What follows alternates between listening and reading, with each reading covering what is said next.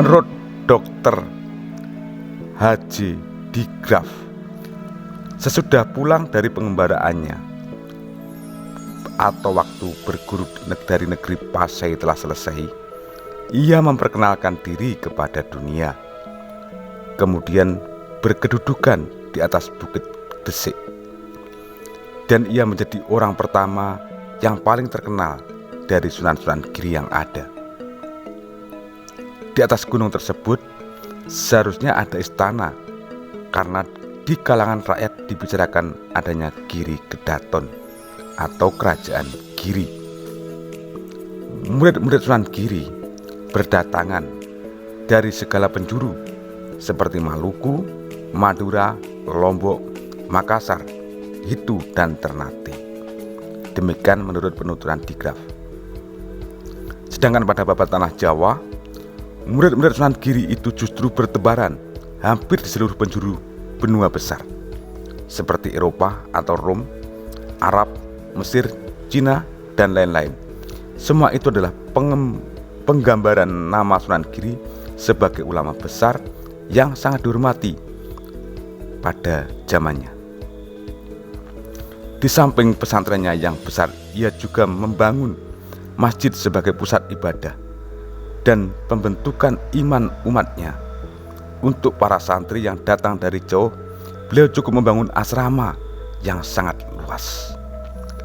Di sekitar bukit tersebut sebenarnya dahulu jarang dihuni oleh penduduk dikarenakan sulitnya mendapatkan air.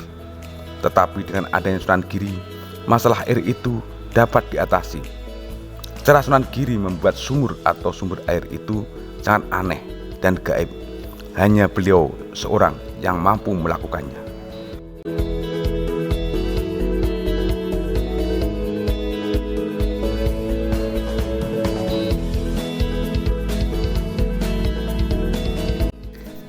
Sedulurku sekalian, saat peresmian Masjid Demak,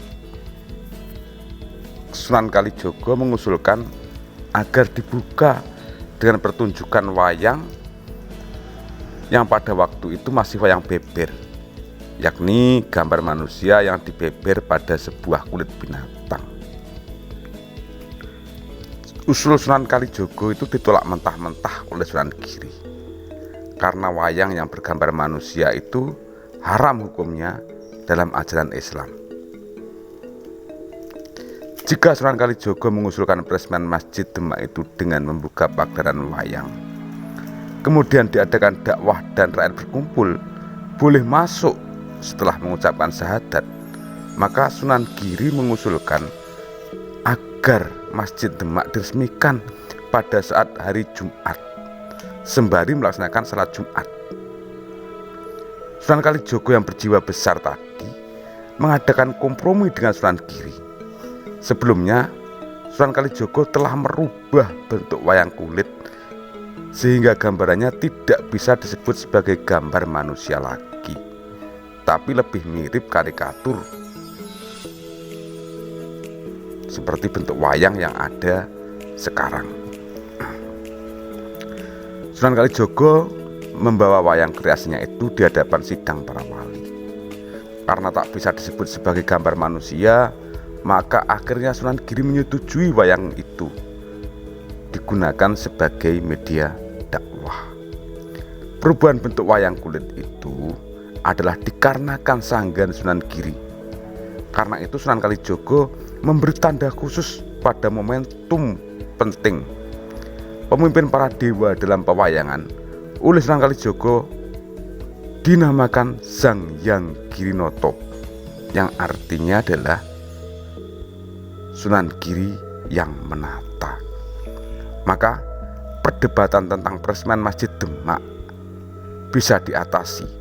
Peresmian itu akan diawali dengan salat Jumat, kemudian diteruskan dengan pertunjukan wayang kulit yang dimainkan oleh dalang Sunan Kalijogo.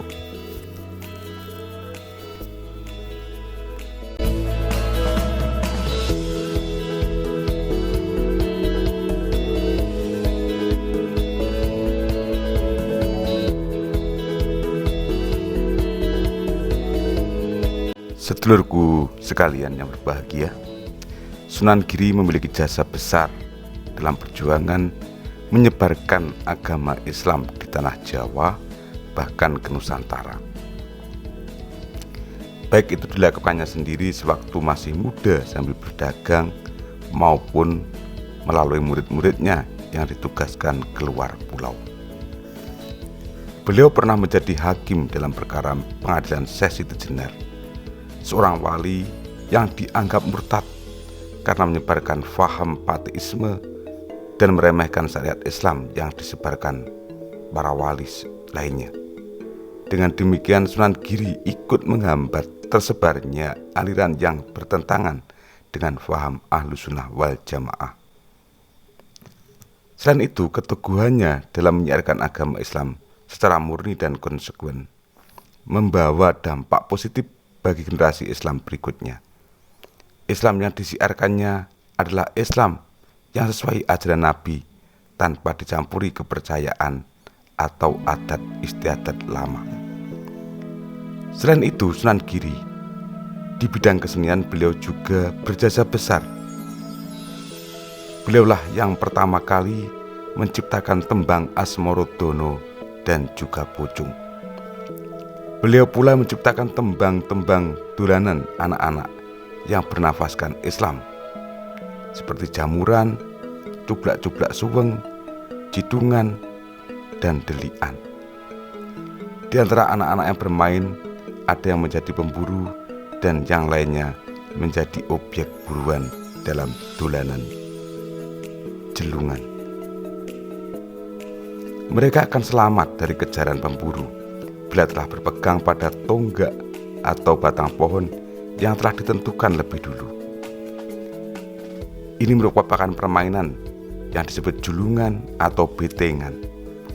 Arti permainan tersebut adalah seorang yang sudah berpegang teguh kepada agama tauhid atau agama Islam, maka ia akan selamat dari ajaan setan atau iblis yang dilambangkan sebagai pemburu. Sedulurku sekalian, setelah Sunan Giri atau Raden Paku yang lahir pada tahun 1442 memerintahkan kerajaan Giri selama kurang lebih 20 tahun, mulai tahun 1487 hingga tahun 1506. Sewaktu memerintah Giri Kedaton, beliau bergelar Prabu Satmoto.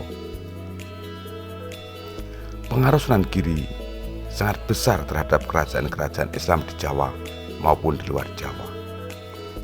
Sebagai bukti adalah adanya kebiasaan bahwa apabila seorang hendak dinobatkan menjadi raja, haruslah memerlukan pengesahan dari Sunan Giri. Giri Kedaton atau Kerajaan Giri berlangsung selama hampir 200 tahun. Sesudah Sunan Giri yang pertama meninggal dunia, beliau digantikan anak keturunannya, yakni Sunan Dalem, Sunan Sedomargi, Sunan Giri Prapen, Sunan Kawisguwo, Panembahan Ageng Giri, Panembahan Mas Witono Sidengrono, Pangeran Singonegoro. Ini bukan keturunan dari Sunan Giri ya, Pangeran Singosari.